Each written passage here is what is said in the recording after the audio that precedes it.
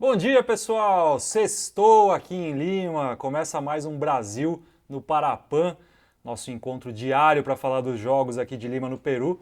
E sextou com a natação, que garantiu mais 21 pódios ontem para o Brasil. Brasil líder cada vez mais perto da marca de medalhas conquistadas em Toronto. Sextou também com o halterofilismo, que logo no seu primeiro dia de disputas teve 6 conquistas e deu ao país a simbólica medalha de número 200 com o potiguar João França Júnior, que foi ouro e recordista para a Pan-Americana. A gente vai falar daqui a pouquinho mais sobre essa conquista.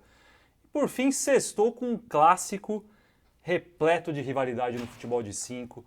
Hoje, a partir das 19h30 aí de Brasília, tem Brasil e Argentina no futebol de 5, um clássico cheio de tensão. Brasil em busca do seu quarto título para a Pan-Americano. E quem está aqui comigo hoje no estúdio do Centro de Mídia conhece muito bem esse clássico.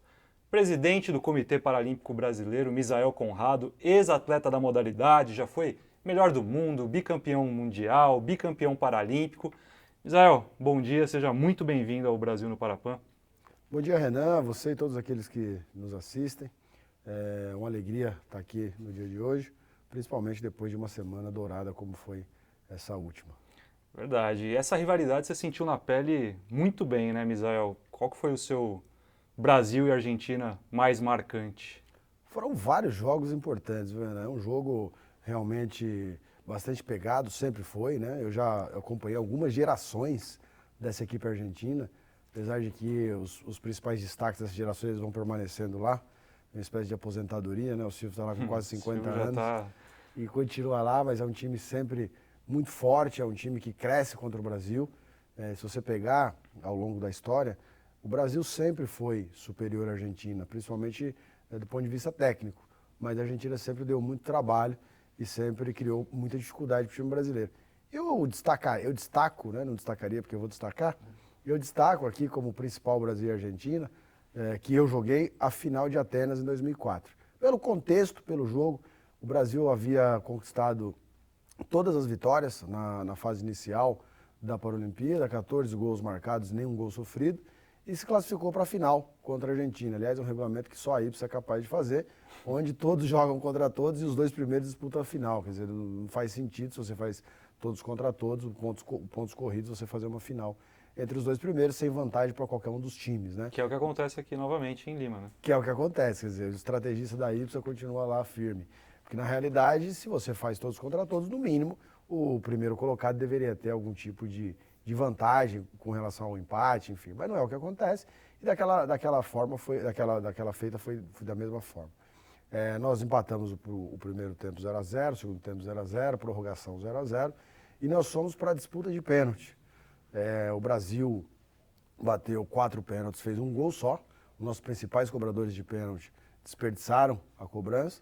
E a Argentina tinha cobrado 5 pênaltis e feito 2 gols. E aí era o 5º pênalti do Brasil. E aí o técnico, ele não passou a relação nem pra gente, então a gente não sabia. Cada pênalti ele vinha, ó, vai você.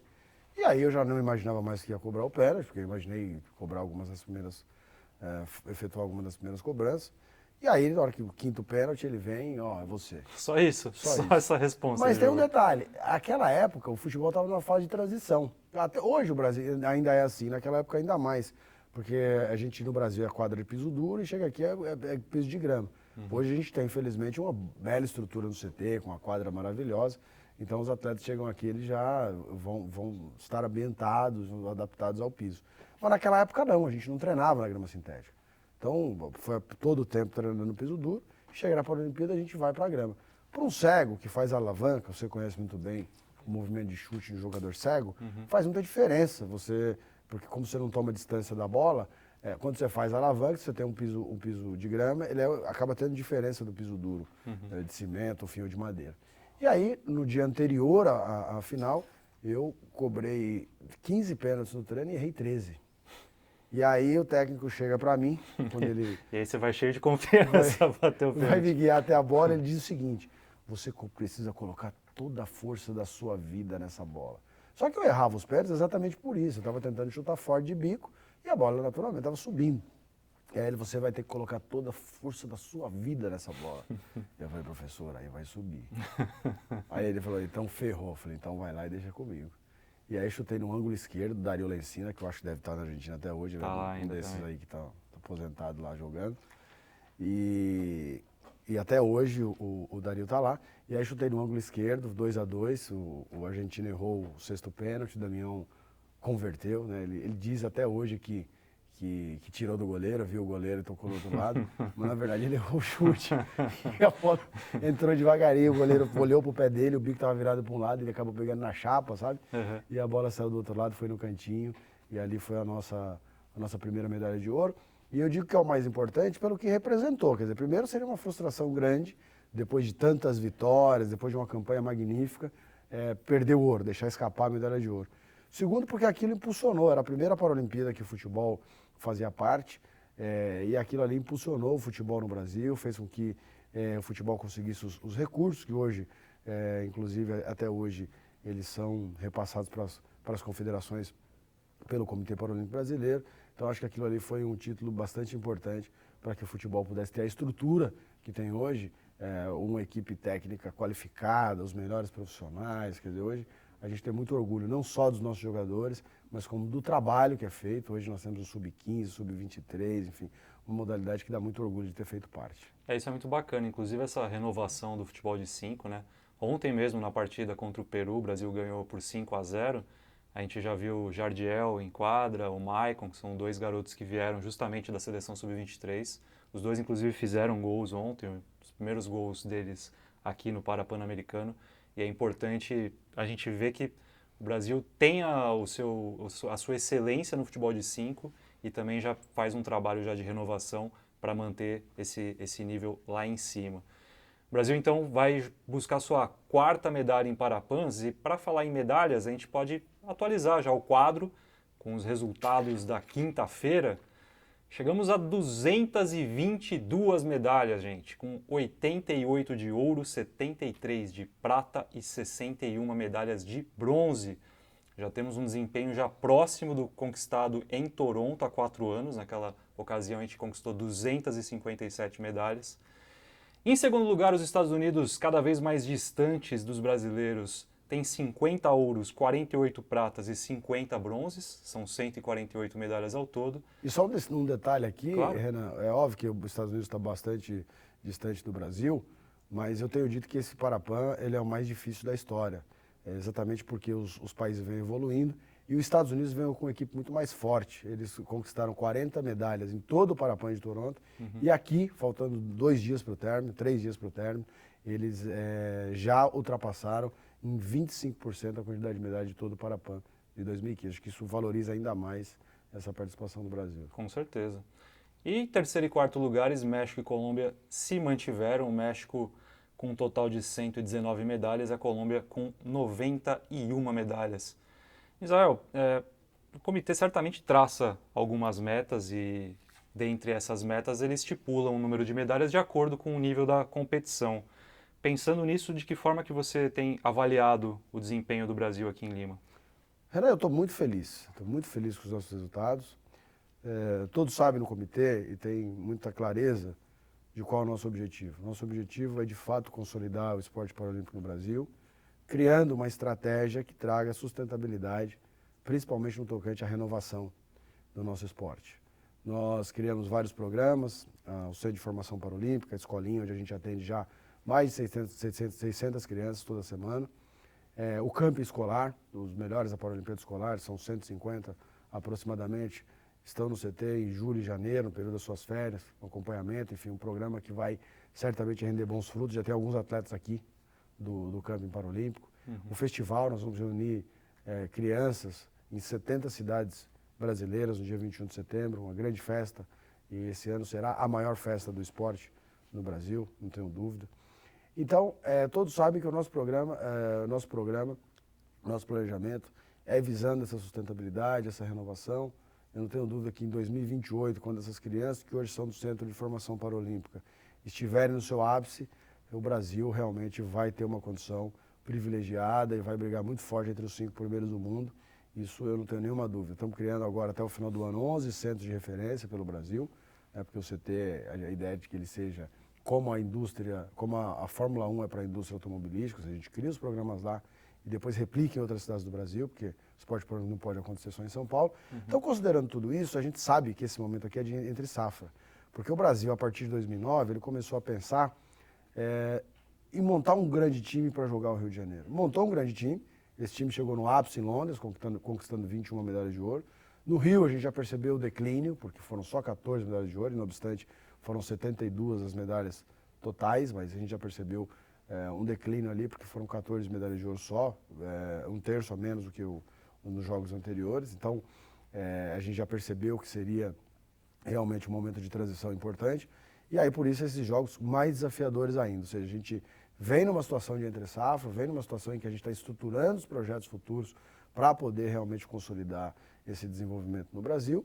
E, além disso, os países evoluíram bastante. E, na verdade, é como uma pessoa. Se você tem um sobrepeso grande, a possibilidade sua de perder é muito maior do que se você tiver um sobrepeso menor. Então, é a mesma coisa que acontece aqui. Quer dizer, se você pega um país que tem tudo para crescer, é muito mais fácil ele avançar do que um país que já se desenvolveu. Que já está no topo. E né? já está no topo. Então você pega o Chile de 2 para 10 medalhas, os Estados Unidos já 25%, faltando 3 dias para o término da competição. Argentina 18 para 21, faltando 3 dias para o término da competição. Enfim, Colômbia crescendo. Todos os países estão avançando, né? Os Estados Unidos ele veio com uma equipe fortíssima no atletismo, nos esportes coletivos todos com o time principal, algumas modalidades que valem vaga para Tóquio vieram com força total. Então, por isso que eu tenho dito para as pessoas, e estou muito feliz com o nosso time, porque eu sei o quão foi difícil, o quão foi desafiador esse trabalho para a gente chegar até aqui, e todos esses aspectos valorizam sobremaneira essa participação do Brasil. Eu dizia, por ocasião da cerimônia da bandeira, eu dizia que nosso grande objetivo era chegar na casa centenária aí do número de medalhas de ouro, né? E hoje eu vou dizer a vocês aqui que eu estou uma expectativa muito grande. Eu tenho uma frase aqui que eu não posso reproduzir por conta enfim, não vou ser deselegante com os nossos telespectadores, mas a expectativa realmente é aquilo que faz a gente se decepcionar ou a gente, como é o caso hoje, ter alegria com relação ao nosso resultado. Então, óbvio que é uma expectativa, mas ela é bastante grande de que a gente possa sim bater o recorde até domingo das 109 medalhas de ouro de Toronto. Então, já estou bastante esperançoso com relação a esse número e já estou acreditando bastante que ele de fato pode acontecer. Eu não sei se você concorda comigo, Misael, mas assim, das modalidades que são tradicionais já para o Brasil, atletismo, natação, que sempre medalham muito, a gente, claro, espera o melhor resultado possível. Mas é bacana também a gente ver modalidades estreantes até em Parapan, caso do Para Taekwondo, que começam hoje as suas competições. Essas modalidades também já estreando bem, né, medalhando também para o Brasil. Isso acho que também é um reflexo da referência do CT Paralímpico. Com toda certeza, né? O próprio badminton, o Vitor acaba de chegar ontem, eu fiquei muito feliz quando ele veio me mostrar as 3 medalhas que ele conquistou lá no Mundial. E aqui o Parabadminton vai, com toda certeza, conquistar medalhas importantes para o Brasil. Da mesma maneira, o Para Taekwondo, o tiro, conquistando já medalhas importantes aqui. E realmente, não só a importância do CT, mas principalmente mostra que o Brasil está na vanguarda, né? São modalidades estreantes que têm pouco tempo a prática delas no Brasil e a gente já com trabalho estruturado, já com atletas que você percebe que chegaram aqui com condição realmente de brigar por medalha em Tóquio, inclusive, e a gente acredita muito nisso, acredita que essas modalidades podem se consolidar no Brasil. O Parabadminton mesmo, eu comentava isso ontem assistindo a competição, que é uma modalidade muito interessante. Aqui, boa parte, até por conta da cultura, que não ser uma cultura expandida no Brasil, né, da prática do esporte, nem entre as pessoas que não têm deficiência com relação à modalidade olímpica, mas o Parabadminton, se a gente conseguir difundir essa modalidade, eu não tenho dúvida que ela vai ter muito apelo, porque é uma modalidade muito legal de jogar, muito legal de ver, e eu acredito que isso vai pegar no Brasil, a gente vai aumentar a base e o Brasil vai ser uma potência desse esporte. Então, é sim o CT uma referência e um dos responsáveis por isso, mas também eu acho que a vanguarda, né, do Brasil, aí na prática desses esportes, o Para Taekwondo, eu também não tenho dúvida que vai medalhar, que estou acreditando muito no trabalho que vem sendo feito, a Débora campeã mundial, enfim, eu acho que a gente vai chegar muito forte já para o ano que vem, mas principalmente para os próximos jogos, como eu disse, faz parte dessa estratégia de consolidação do Brasil. Isso aí, eu já vou perguntar para o Misael sobre a expectativa dele para Tóquio. Antes, eu comentei aqui da natação, que é a modalidade que a gente sempre espera muitas medalhas. Vamos falar um pouquinho então dos destaques de ontem. A natação conquistou 21 pódios apenas na quinta-feira. A gente já tem ao todo 84 medalhas na modalidade. São 35 de ouro, com 2 dias ainda para disputas. Tivemos o Daniel Dias, que vai ser repetitivo, mas enfim, a gente gosta de repetir essa informação, né, Misael? Todo dia tem Daniel Dias na piscina e todo dia tem medalha. Ele conquistou a sua 32ª medalha em Parapãs. E foi bem bacana, no ouro que ele conquistou ontem nos 50 metros borboleta da classe S5, ele fez uma homenagem ali ao sair da piscina, na entrevista, ele citou o Clodoaldo Silva, que hoje é comentarista dos canais Sport TV, nossos parceiros aqui da cobertura em Lima. O Clodoaldo também foi um grande nadador e uma fonte de inspiração para o Daniel. Tivemos também outros ouros aqui para destacar. Renan, só um destaque, claro, um detalhe claro. importante com relação à natação. Você bem disse aí, 35 medalhas de ouro. Sempre vale lembrar que Toronto, o Brasil conquistou 38 ouros no total. Então, seja, faltando 2 dias, sim. a minha expectativa é de que nós vamos superar muito esse número.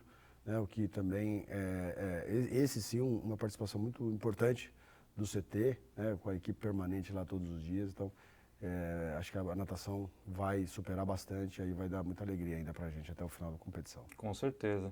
Tivemos, por exemplo, o ouro com o Lucas Mosella, nos 200 metros medley SM9. A Maria Carolina Santiago ganhou ouro também nos 400 metros livre S12 S13. Douglas Matera, 400 metros livre S13. A Joana Jaciara foi ouro nos 50 metros borboleta S5. Wendel Pereira ganhou medalha de ouro nos 50 metros livre S11. Felipe Rodrigues, outro que está medalhando muito aqui no Parapan de Lima, ganhou seu 4º ouro, foi nos 100 metros borboleta S10. Dominou a prova, né? Dominou a prova. Destacar, olhou, correu, nadou olhando para a ré do lado, com muita propriedade. O Felipe tá voando aqui em Lima. Tomás Matera, 50 metros livre S12 também, medalha de ouro. E o Carlos Farrenberg nos 50 metros livre S13. Falar um pouquinho do halterofilismo, que eu disse que estreou ontem aqui na competição e já estreou com pódio em todas as categorias. Foram 3 ouros, 1 prata e 2 bronzes. Como eu falei no começo do programa, o João França Júnior conquistou a medalha simbólica ali de número 200 do Brasil. Foi ouro na categoria até 49 quilos e bateu o recorde do Parapan. Levantou 141 quilos na barra. Pelo amor de Deus, Misael, 141 quilos é peso, hein? É espetacular, realmente o João aí, a gente já esperava por uma boa participação dele, né? E ele realmente confirmou tudo isso. Agora, você falou da medalha de número 200, eu quero lançar aqui um desafio aí para os nossos telespectadores. Quem acertar 2 números, a medalha de número 258 e a 100ª medalha de ouro e a 110ª, se ela acontecer. São 3 camisas do CPB que serão sorteadas aí para o telespectador que acertar esses 3 números. Então, vamos lá. A medalha de número 258 do Brasil, a medalha de número 100, que eu aqui acredito que acontecerá ainda no dia de hoje, e a medalha de número 110. Quem acertar esses três nomes vai concorrer, em cada um dos casos, a uma camisa aqui do Brasil, da seleção brasileira, inclusive uniforme, você já disse isso aqui, uniforme confeccionado especialmente para os nossos atletas. Que bacana. Então vamos fazer um negócio para não confundir, para ficar mais fácil. As primeiras pessoas que acertarem, coloca um comentário aqui no post do Facebook desse vídeo, dá o seu palpite, e aí a gente vai ver por ordem quem colocou primeiro, obviamente, e acertar. Leva então esses prêmios aqui que o Misael acabou de divulgar. Então, vai no post, dá o seu palpite e você vai estar concorrendo então a essas camisas. Muito bacana, Misa. Legal esse incentivo para o pessoal acompanhar e palpitar bastante. Vamos falar um pouquinho também dos esportes coletivos. Nosso goalball rumo a mais ouros por aí também. A seleção masculina ganhou da Venezuela ontem por 11-1 e agora vai pegar os Estados Unidos na final sábado, vai em busca do seu tricampeonato consecutivo. As meninas também ganharam, bateram o México por 11-2 e hoje tem semifinal contra o Canadá, vale vaga na decisão. Futebol de 7, eu estava lá acompanhando essa partida, foi um chocolate que a gente aplicou na Venezuela. 15-0. O Brasil precisava fazer uma vantagem de 5 gols para se classificar, também era um sistema de pontos corridos, o Brasil estava ali em terceiro e fez 15-0, tirou os Estados Unidos do páreo e vai fazer a final também contra a Argentina. 25 gols em 2 jogos, né? Previa ganhou do Peru por 10-0. O Peru tentou crescer ali no começo do jogo, o Brasil realmente dominou completamente as ações ali, 10-0, ontem 15, quer dizer, uma artilharia pesada aí do nosso futebol de 7. Só o Bira marcou 4 gols ontem, tá arrebentando também. Você sabe que falar do clássico Brasil e Argentina, é mais um Brasil e Argentina que nós teremos, mais né, no futebol de 7. E nessa mesma edição, que foram jogos de 2004 em Atenas, teve o caso do pênalti que eu te comentei no futebol de 5. E no futebol de 7 também uma partida épica. Brasil e Argentina, o Brasil era favorito. Aliás, ganhou por 4-1 aquela partida e disputou depois a final contra a Ucrânia. Mas não teve a chance do título porque teve uma briga memorável. O Brasil teve vários jogadores expulsos. O capitão Leandro Marinho, não sei se ele está nos assistindo aí, mas eu me lembro que o capitão Leandro Marinho, o melhor jogador do Brasil, acabou entrando na confusão, vários expulsos do Brasil, vários da Argentina, e foi realmente um momento épico ali. O Brasil, infelizmente, acabou não conquistando a medalha de ouro por conta dos desfalques aí que acabou tendo na final por conta dessa confusão toda. E hoje você vai lá para Cantia para acompanhar a final, ou Misael? Vou. Estarei lá torcendo para o Brasil. E naturalmente é tenso isso, né? Porque eu prefiro, sempre melhor as pessoas perguntam, como é que é agora, tranquilo aqui, assistindo, sentado. Mas é terrível a gente assistir, porque ainda mais contra a Argentina, né? A maneira como eles jogam, um time duro, um time que joga pesado, aí você pega atacantes como o Ricardo, como o Jefinho, muito habilidosos, né? O Ricardo sofre muito com o time de marcação argentina, então a gente fica ali, é muito difícil, né? Muito tenso. Mas vou estar lá torcendo para o Brasil e, se Deus quiser, aí mais um título que esse time merece muito. E o Brasil que já enfrentou a Argentina em finais, 2 finais só em 2019. O Brasil foi finalista da Copa América, ganhou da Argentina lá no CT Paralímpico em São Paulo. Depois foi para Buenos Aires disputar a Copa Tango. Com o time reserva? Com o time reserva e ganhou do time principal da Argentina por 2-1. Enfim, a gente tem um histórico muito bom, apesar de serem partidas tensas e bem equilibradas, o Brasil tem um retrospecto aí de muitas conquistas sobre os argentinos. Vamos então passar rapidamente aqui para a agenda do nosso dia, o que a gente tem de melhor em Lima nessa sexta-feira. As provas de natação começam às 11 horas da manhã, mesmo horário do início do Para-Taekwondo, e aí a gente vai ter disputas de medalha já na parte da noite. Para badminton também começam as competições às 11 horas, assim como a boccia. E tem também hoje ciclismo de estrada começando aqui em Lima. As provas vão ser disputadas das 11 até as 15 horas. Às 13 horas nós temos decisão do bronze no tênis de cadeira de rodas, o Daniel Rodrigues brigando por mais uma medalha para o Brasil.